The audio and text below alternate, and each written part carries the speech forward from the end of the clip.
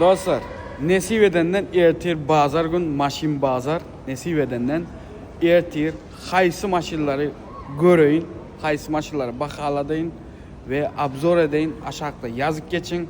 Şu tayda koyup geçirin. İyi yeniden böyle üyt geçmelerin biri men maşini ken gezeceğin bir maşinda deyip yazıyorlar. Ken dostlar, men şu tayda aydık geçeyim de eğer men ken gezeyim mi ya da az gezeyim mi?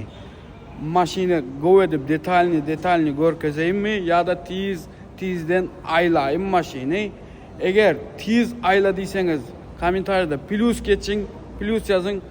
Eğer tiz aylama detailini görkez diyseniz minus yazık geçin dostlar komentarda. Berdenem Instagram'da bellek geçen şu tayda görkezişmeyeli yazık geçin hükmani yağdayda ona göre abzor edeceğim dostlar. Canınız sağ olsun.